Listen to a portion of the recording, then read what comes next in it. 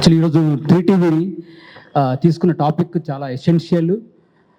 ముఖ్యంగా ఈరోజు ఇండియాలో జంతర్ మంతర్లో జరిగేటువంటి ప్రొటెస్ట్ ఏదైతే ఉందో అది దాదాపుగా దశాబ్దాలుగా యూత్లో గుడి పట్టుకున్నటువంటి ఒక అసంతృప్తిని ఒక వెంటిలేట్ చేసే విధంగా అది ఒక పెళ్లి దిగింది. వాస్తవంగా మనందరికీ తెలుసు, India is a largest democratic country in the world. అంతేకాకుండా ఇండియాలో ఉండే న్యాచురల్ రిసోర్సెస్ కానీ హ్యూమన్ రిసోర్సెస్ కానీ చాలా ప్లెంటీగా ఉన్నాయి. అయినప్పటికీ మనకి ఆక్స్ఫామ్ నివేదిక గమనిస్తే చాలా అలారమింగ్గా ఉంది ఇండియన్ సిచ్యువేషను. ఈరోజు హ్యాపీ ఇండెక్స్లో కానీ హంగర్ ఇండెక్స్లో కానీ ఈరోజు భారతదేశము చాలా అది అట్టడుగున పడి కనిపించకుండా ఉన్నట్టుగా తయారైపోయింది పరిస్థితి.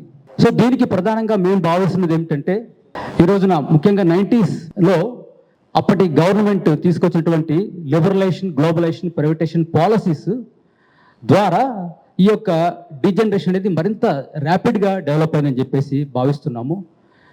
ఎందుకంటే అప్పటి వరకు కూడా పబ్లిక్ సెక్టార్స్గా ఉన్నటువంటి అనేక ప్రభుత్వ రంగ సంస్థలు అవి క్రమంగా లిక్విడేట్ అవుతూ రావడం మనం గమనించాం. అంతవరకు ఉన్న వెల్ఫేర్ స్కీమ్స్ కూడా గవర్నమెంట్స్ ఒక్కొక్కటిగా విత్డ్రా చేసుకుంటూ రావడం కూడా మనం గమనించాం. సో ఆ విధంగా ఇండియాలో యాక్చువల్గా ట్యాక్స్ పేయర్స్ చాలా ఎక్కువ మంది ఉన్నారు. సో అంత అమౌంట్ బడ్జెట్ అనేది ఈరోజు మనము క్లియర్ కట్గా గమనిస్తే ఈరోజు బడ్జెట్లో అలొకేషన్స్ కానీ ప్రయారిటీస్ కానీ చాలా క్లియర్గా మనకు స్పష్టంగా తెలియజేస్తూ ఉన్నాయి.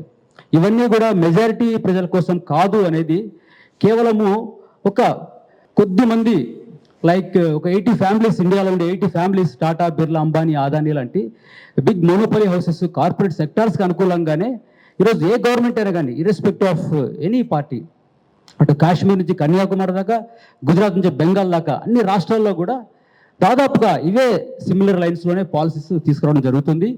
దాని కారణంగానే ఈరోజు అనేక ప్రభుత్వ రంగ సంస్థలు లాభనష్టాలతో నిమిత్తం లేకుండా వాటిని ప్రైవేటీకరణ చేస్తున్నారు.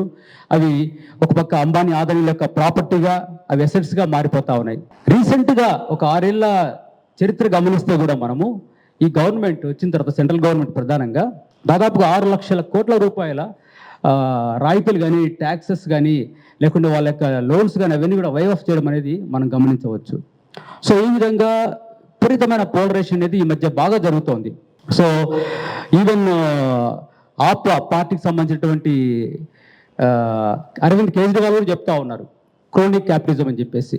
సో ఈ విధంగా అనేక ప్రభుత్వ రంగ సంస్థలను వాళ్ళకి అప్పచెప్పేయడము, తద్వారా ఇండస్ట్రియలైజేషన్ అనేది జరగకపోవడము అన్ఇంటరప్టెడ్గా. సో ఆ విధంగా ఒక అన్ఎంప్లాయ్మెంట్ ప్రాబ్లం అనేది ఈరోజు ఎవరెస్ట్ మౌంటైన్ దాటే స్థాయికి పెరిగిపోయింది మన భారతదేశంలో. అవకాశాలు బాగా తగ్గిపోతూ ఉన్నాయి. యూత్ ముందుకు వస్తున్నారు. యూత్ యాక్చువల్ ఇందాక మిత్రులు నాగరాజ్ చెప్పినట్టుగా 37% యూత్ మన దేశంలో ఉన్నారు. యంగెస్ట్ ఇండియా అని చెప్పేసి ఈరోజు ప్రపంచం మొత్తం మళ్ళీ కొనుగోలుతూ ఉంది. కానీ అట్లాంటి యూత్కి ఎక్కడ అవకాశాలు ఉన్నాయి, ఎక్కడ సదుపాయాలు కల్పించబడుతున్నాయి, వాళ్ళ యొక్క ప్రతిభకు ఏ విధమైనటువంటి అవకాశాలు లభిస్తున్నాయంటే అది చాలా ముఖ్యమని చెప్పాల్సి ఉంటుంది. రీసెంట్గా యూపీలో ఒక ఉదంతం గమనిస్తే కూడా మనకు తెలుస్తుంది. గ్రూప్ 4 పోస్టులకి దాదాపుగా 25 లక్షలకు పైగా అభ్యర్థులు పోటీ పడ్డారు. అందులో PhD స్కాలర్స్ ఉన్నారు, గ్రాడ్యుయేట్స్ ఉన్నారు, పోస్ట్ గ్రాడ్యుయేట్స్ ఉన్నారు. సో అంతమంది ప్రతిభావంతులు ఒక గ్రూప్ 4 పోస్ట్ కోసం పోటీ పడుతున్నారంటే ఎంత స్కేర్సిటీ ఉంది, ఎంత అన్ఎంప్లాయ్మెంట్ ప్రాబ్లం యొక్క సివియారిటీ ఉంది అనేది మనం స్పష్టంగా అర్థం చేసుకోవచ్చు. సో కాబట్టి అన్ఎంప్లాయ్మెంట్ ప్రాబ్లం అనేది ఈరోజు యూత్ని ముందుకు నడిపిస్తుంది. దానికి అనుగుణంగానే రీసెంట్గా జంతర్ మంతర్లో వచ్చినటువంటి రెస్పాన్స్ కూడా చాలా అద్భుతం. ఆ ఉద్యమాన్ని ఖచ్చితంగా మనం ఎంత కొనియాడినా కానీ తక్కువ అనిపిస్తుంది. ఎందుకంటే అక్కడ యూత్ ప్రదర్శించిన కల్చర్ కానీ, వాళ్ళ యొక్క సంయమనం కానీ ఎంతో శాంతియుతంగా, ఎంతో ప్రజాస్వామ్య పద్ధతుల్లో వాళ్ళ ఒక మూమెంట్ నిర్వహించారు. ఎందుకంటే ప్రభుత్వాల యొక్క వైఖరి మనం ఇందాక మిత్రులు కూడా చెప్పారు, ఎంత అది దళసరిగా ఉందంటే వాళ్ళ యొక్క రెస్పాన్స్ చాలా ఇదిగా ఉంది, చాలా ఇండిఫరెంట్గా ఉన్నాయి గవర్నమెంట్స్. సో అయినప్పటికీ కూడా వీళ్ళు ఎంతో సంయమనం పాటించి ఎంతో శాంతియుతంగా చివరికి బీజేపీ, నరేంద్ర మోడీ ప్రభుత్వం లాంటి ఒక కడుగట్టినటువంటి ప్రభుత్వం యొక్క మెడలో ఉంచగలిగే స్థాయిలో ఆ ఉద్యమం నడిచిందని చెప్పేసి మనం చెప్పుకోవాల్సి ఉంటుంది. సో దాని యొక్క ప్రభావం అనేది అన్ని రాష్ట్రాలకి క్రమక్రమంగా విస్తరిస్తుంది. ఎందుకంటే దేశం మొత్తం అలాగే తయారైపోయింది. సో అదొక ఇన్స్పిరేషన్గా మనకి ఈరోజు నిలిచింది.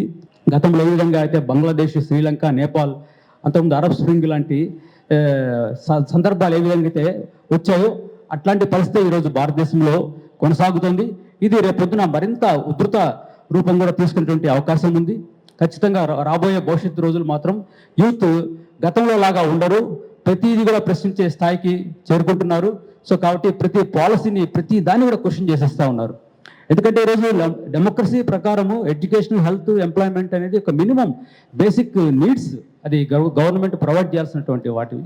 సో వాటిని ఈరోజు ప్రభుత్వం అందించట్లేదు కాబట్టి ఖచ్చితంగా దానికోసం యూత్ నిలబడతారు. రాబోయే రోజుల్లో మరింత అది ఒక ఉధృత రూపం తీసుకుంటుందని చెప్పేసి మేము భావిస్తున్నాము.